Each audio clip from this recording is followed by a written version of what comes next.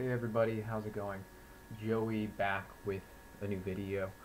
I thought I would take some time to talk to you about a couple things. Number one is the theme of avoidance in my life. I think we all have ways of coping with feeling like life is a difficult thing.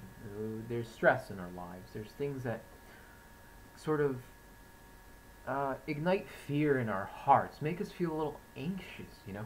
And I think for me, my response to stressors is one of avoidance. I want to maybe push away what I need to address, right?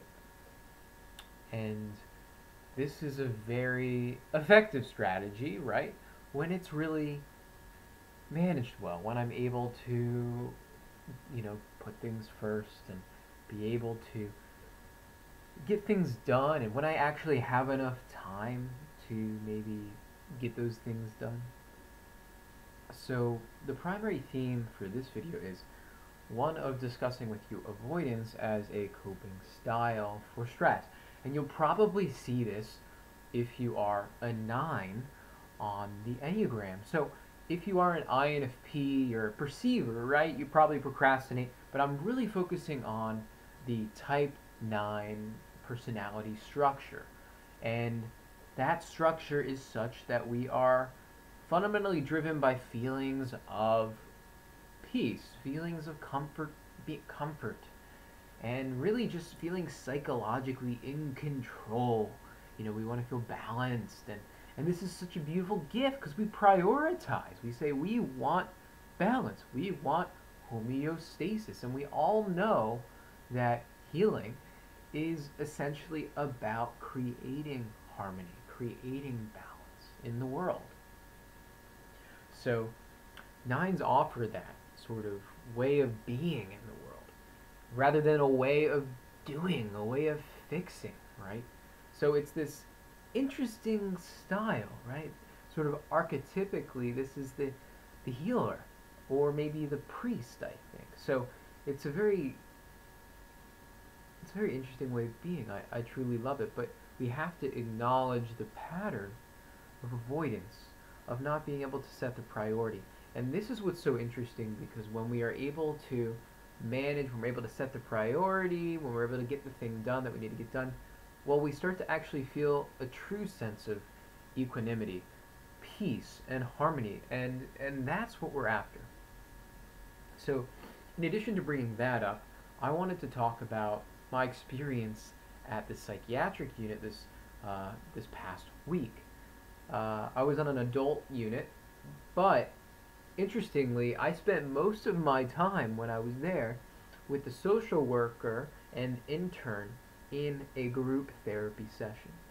And if you know anything about me, I'm deeply interested in psychotherapeutic work, psychological work, because I think that we need to focus on the deeper sort of psychological, emotional beliefs, attitudes, thoughts, feelings, really, and this is where it gets really interesting to me, spiritual reality, ethical and moral reality that undergird all of this mental suffering.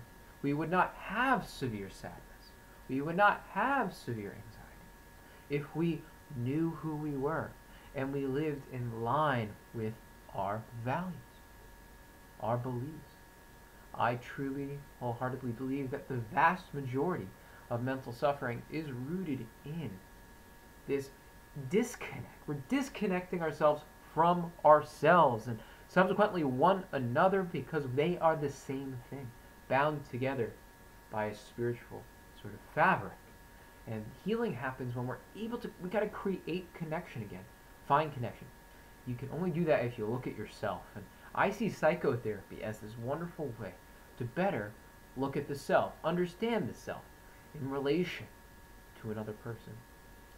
And this is the beauty, because then we have an objective sort of quality of being. We're able to see ourselves really much clearly when we're able to speak to our problems, to take an active role in looking at ourselves. Because maybe stepping into therapy means I'm going to look at myself for the first time in my life and not be lazy about it, be serious about it, you know? Set some goals, maybe, right?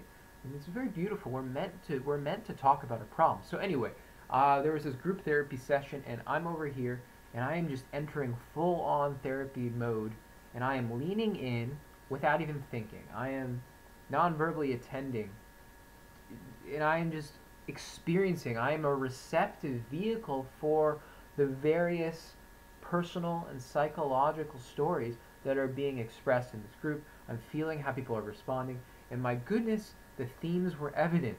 There were themes. There were consistent themes and stories and narratives, and I got so excited because it was sort of a window into the type of work I think I want to do.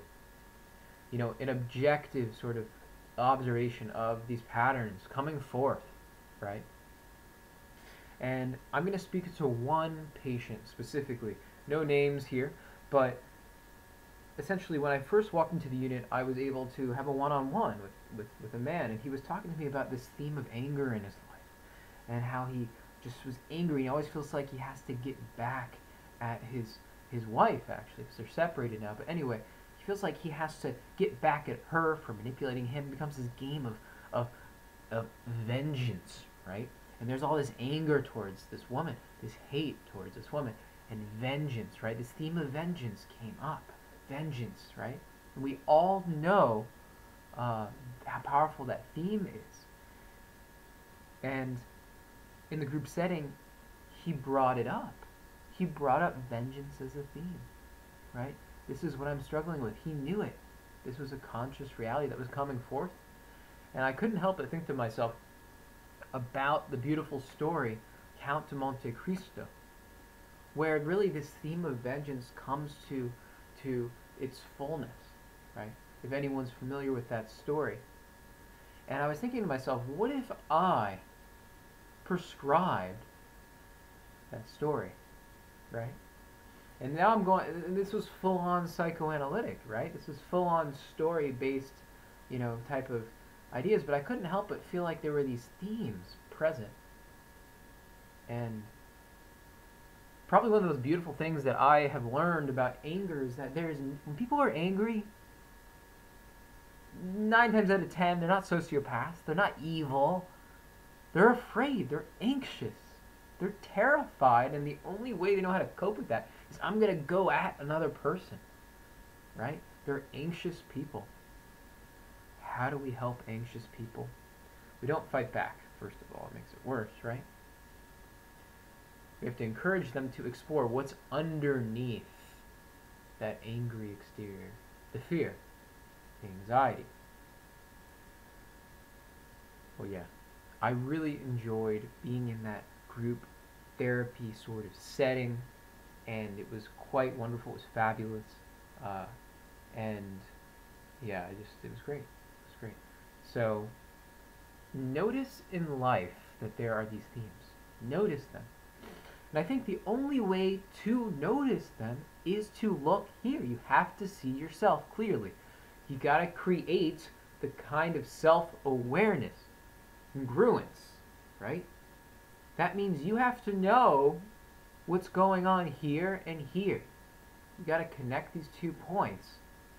Once you do that, I personally believe that these themes, they come out and they give life to us, or they destroy us. But the fact of the matter is that they are hugely important, and I can see them and I can feel them. So, with that being said, let me know if you watch this whole video. This is a long one, but yeah, I'd love to know your thoughts on what I said in this video. You can comment below, you can like the video, and I will see you in another video, probably on Fridays, definitely. So, take care, see you soon, bye.